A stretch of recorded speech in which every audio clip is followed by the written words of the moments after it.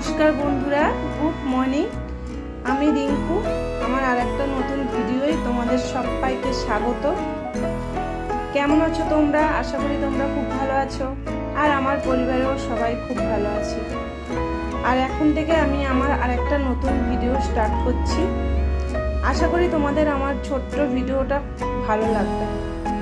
আর দেখো, সকালে উঠে শরীর একটু সুস্থ মনে হতেই ভাবলাম চলো ঘরটরগুলো একটু ঝেড়ে নেওয়া যাক।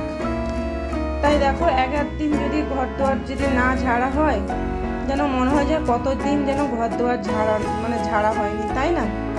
আর দেখো, নিজের শরীর নিজেকেই তো খেয়াল রাখতে হবে, বলো। আমি কি বলতো, শরীরের না খেয়াল রেখে ক্রমশই শুধু সংসার, স্বামী, সন্তান এগুলো করেই চলেছি।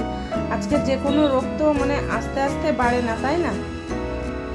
আর দেখো, মুখে মাস্কটাও আমি পরে নিয়েছি। ডাক্তারবাবু বলে দিয়েছে যতদিন বাঁচবে নিজের যদি সেফটি চাও, মাস্ক আর ইনহেলার নিয়েই আমাকে থাকতে হবে। আজকে যদি আমি প্রথম থেকে যদি আমার রোগটাকে যদি আমি শরীরের মধ্যে বাড়তে না দিতাম, তাহলে তো আর বাড়তো না, তাই না?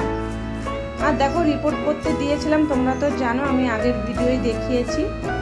রিপোর্টটা চলে এসেছে, তাই ভাবলাম তোমাদের সঙ্গে শেয়ার করি। আমার ভালো মন্দ, তোমরা তো আমার ফ্যামিলির মতন, তাই তোমাদের সঙ্গে শেয়ার করা দরকার, আমি যেটা ভাবলাম।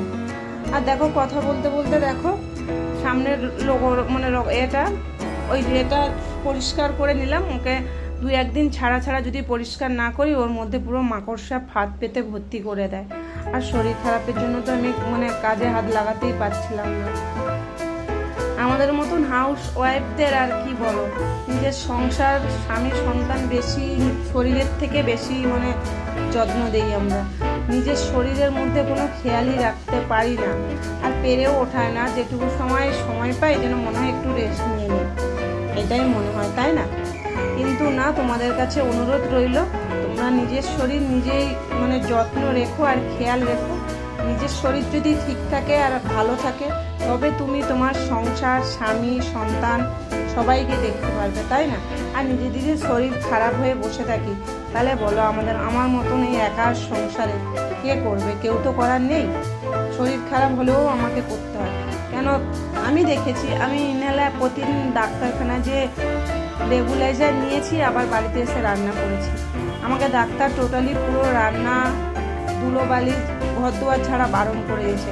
কিন্তু বারণ করলে তো আর হবে না, করতে তো হবে আমাকে, তাই না? আর কার উপরে আমি আর আশা করবো? আশা করার তো আর কেউ নেই। তাই তোমাদের কাছে অনুরোধ রইল, যেরকম স্বামী, সন্তান, সংসার জরুরি, নিজের শরীরটার দিকেও দেখাও জরুরি। নিজের শরীর ঠিক থাকলে সবই ঠিক থাকবে। আর দেখো, বাড়ির কিছু কাজ করে এবারে সকালে ব্রাশটা করে নিয়েছিলাম, নিয়ে একটু গ্রিন টি খেয়ে নিলাম। কেন সকালে করে গ্রিন টিটা খাই, এবার ডাক্তারও বলেছে যে গ্রিন টিটা খাওয়া চালু করো। তাই দেখো, ভাবলাম একটু বসে গ্রিন টিটা খেয়ে নিই, তারপরে কিছু কাজ সারা হয়ে গেছে, আর কিছু কাজ সারবো। ওদিকে মেয়ে বলছে আমি খাবো, তো বাচ্চা, ওকে কি দেয়া যায় বলো?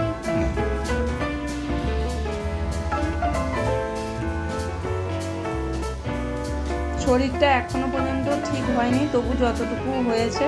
আর দেখো, গ্রিন টি খেয়ে বাড়ির অর্ধেক কাজ গুছিয়ে পুরো স্নান করে চলে এসেছি রান্নাঘরে।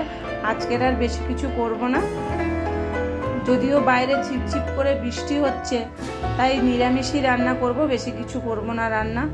তোমাদের দাদাভাই আজকে বাজার যেতে পারেনি, তাই মেয়েকে বললাম তোকে তেল মাখিয়ে দিচ্ছি। ওয়েদারটা খুব খারাপ, দেখো কখন পুরো মধ্যিখানে একদম গরম পড়ে গেছিলো, সব লেপ টেপ তুলে দিয়েছিলাম।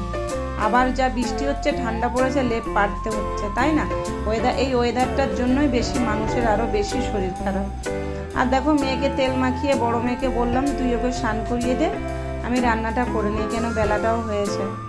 দেখো, সবজি কাটতে বসে গেছি আবার।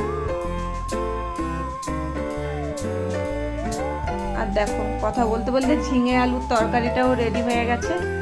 এবারে সবজিগুলো ভেজে নেব। দেখো, বেগুন কেটেছি, পটল কেটেছি, আর উচ্ছে আলু, বেগুন ভাজবো, পটল ভাজবো, উচ্ছে আলু ভাজবো, আর টমেটোর চাটনি করবো। আর ওদিকে দুধটাও বসিয়ে দিয়েছি।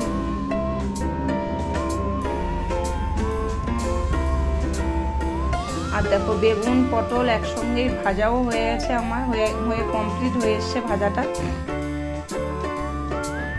এবারে উচ্ছে আলুটা ভেজে নেবো আর টমেটোর চাটনি করলেই, দেখো উচ্ছে আলু ভেজে টমেটোর চাটনিটা বসিয়ে দিয়েছি, আর একটু কাজু কিশমিশ দিয়ে বরমচা টমেটোর চাটনিটা খেতে ভালোবাসে।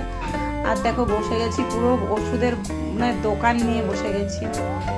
দেখো এই ওষুধ যতকাল বাঁচবো এই ওষুধ, নাকে ইনহেলা আর মাস্ক আমার জীবনের একটা মানে অভ্যাসে পরিণত, মানে ডাক্তার করতে বলেছে, আর আমি যদি না করি তাহলে আমার পরে হার্টের প্রবলেমটা চলে আসতে পারে।